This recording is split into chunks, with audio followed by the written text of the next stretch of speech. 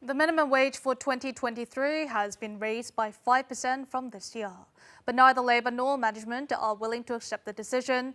They say the amount is too low given the current inflation rate. The minimum wage for 2023 has been set at $9,621 per hour, a 5% increase from this year. That translates into a monthly wage of $2,010,581. The decision was reached on Wednesday evening after 8 rounds of negotiations.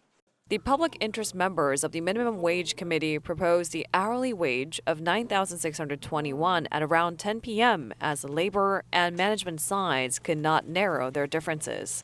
4 labor representatives from the Korean Confederation of Trade Unions and 9 representatives from the employer side refused to accept the decision and left the venue of the talks.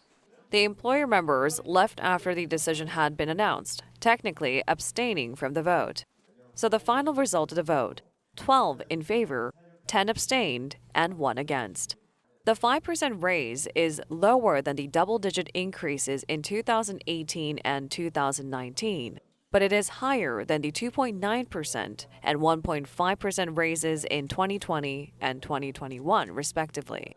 The public interest members of the Minimum Wage Committee added that the decision is based on the economic growth outlook of 2.7%, the inflation rate forecast of 4.5%, and the employment increase rate of 2.2%.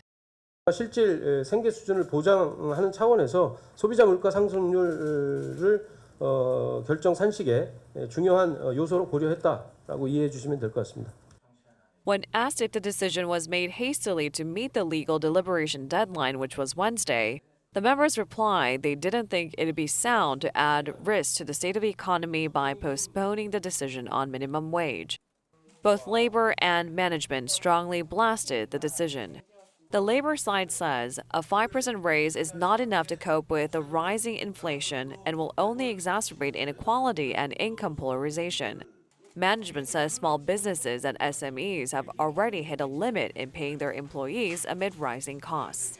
The finalized minimum wage rate for 2023 will be announced by August 5th after the period of formal objection and will take effect next January.